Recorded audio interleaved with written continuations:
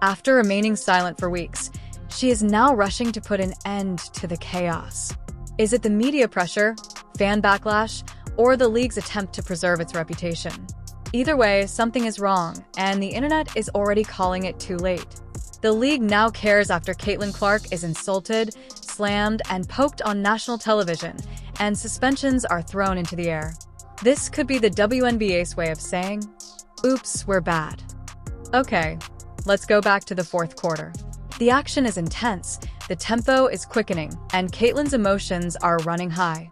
So lads, today the referees gave the report on the situation, and it's even worse. It's even worse than I imagined, and it was pretty grim. With her eyes fixed on the defense, Clark cuts into the lane as if she always did, and then all of a sudden, boom, Jacy Clark immediately flinches and grabs her face as Sheldon snatches her in the eye. The problem is that this wasn't an accident. There was no effort at the ball, and it appeared personal at the time. Sheldon pushes Clark chest to chest and gives her a hard bump again, even though the ball isn't even in play. This isn't defense, it's intimidation. Clark tries to push off and create space, just like any other player would, to finish the game, but then Marina Mabrey suddenly charges in like she's playing linebacker and throws Clark to the ground with full body momentum into the referee. How is that not an instant flagrant 2? Why was Caitlin the one who received a technical? It seems like the officials were watching a different game. Let's take a moment to discuss the officials because, to be honest, this whole situation went out of control the moment they made the wrong call. Let's start with Jacy Sheldon, who was given a flagrant by the league because they acknowledged that she had struck Clark in the face with a wind-up and that the contact was needless and could have caused harm. This is literally the checklist for a flagrant as well, so why was she given one?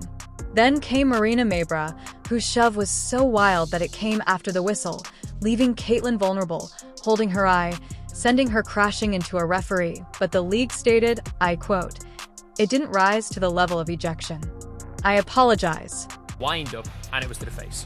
The three of them that is a flagrant 2. By definition, you've described a flagrant 2.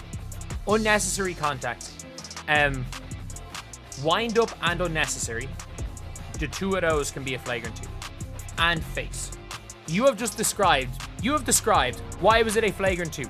You have just described a flagrant 2 as your answer for why it was upgraded to flagrant 1. You have just described the flagrant 2. What went into deciding Marina Mabrey should get technical foul instead of something more severe? The contact made by Mabrey did not rise to the level of an ejection. Additionally, it did not meet the criteria for flagrant penalty 2. Like how, what exactly, like, did not rise to the level of an ejection? I'm sorry, what? Did she have to have, for it to be a level of an ejection, did she have to injure Caitlin? Or did she have to injure the referee? She almost went through the ref's knee. By the way. What precisely must someone do to be kicked out of the WNBA?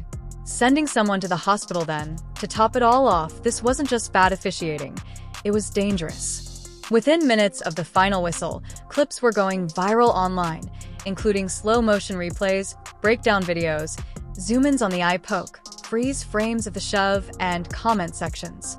Oh man, they were on fire, and the fans weren't just angry, they were furious. Caitlin Clark received a tech for reacting by holding her face while attempting to avoid fighting back.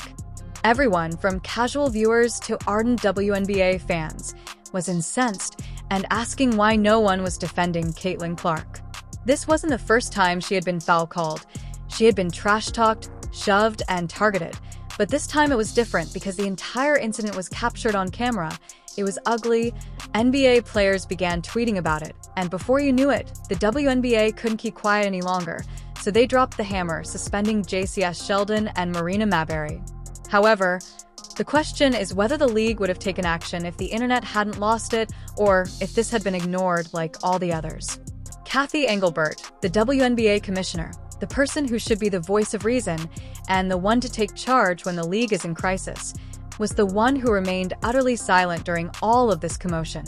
Yet, crickets, there was silence when Caitlin Clark was elbowed in the face and silence when she was slammed to the ground, as if Cathy had been on vacation while the league was in flames.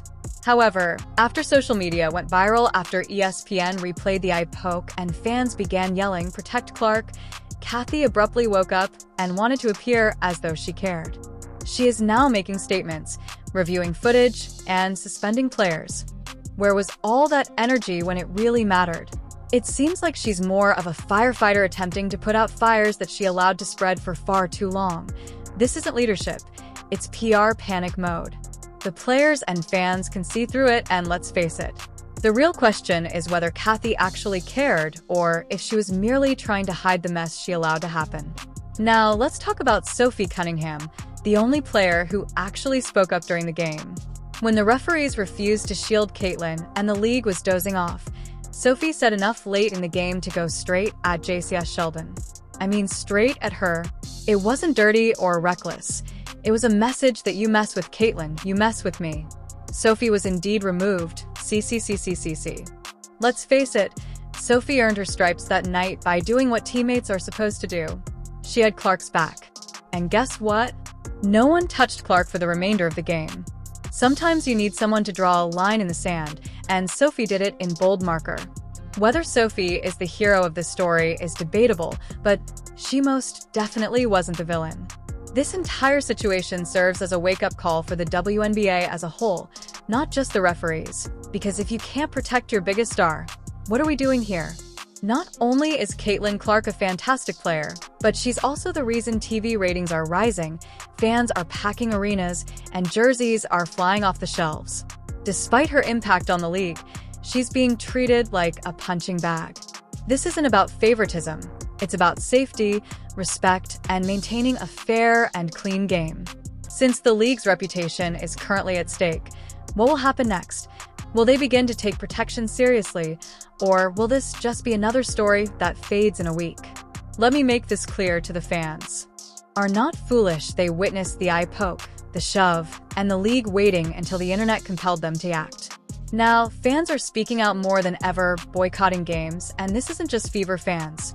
Fans of the opposing teams are also saying that this went too far because, at the end of the day, we all want a league where the best players can shine without being singled out. You can play tough defense and be physical, but when you're poking eyes and tackling players off the ball, that's not hoop, that's nonsense, and fans are demanding better. Let's talk about the worst-case scenario. What if Clark gets hacked again in the following game if the league doesn't fix this? Another egregious instance, another cheesy attempt. Another referee is watching, and someday Clark will say enough. She has options, endorsements abroad, and she doesn't need this league as much as it needs her. If she ever decides to go, it would be disastrous because you would lose significance in terms of ticket sales and viewership. Thus, if you're a WNBA player, you should pay attention. Because every young girl who watches Caitlin Clark and wonders, is that how they treat stars in this league?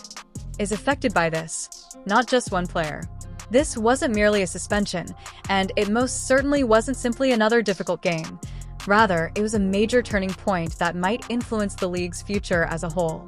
Caitlin Clark, the WNBA's next-generation face, was brutally attacked on live television, so Sophie Cunningham had to step in and defend her because nobody else, the officials, or the league was doing anything.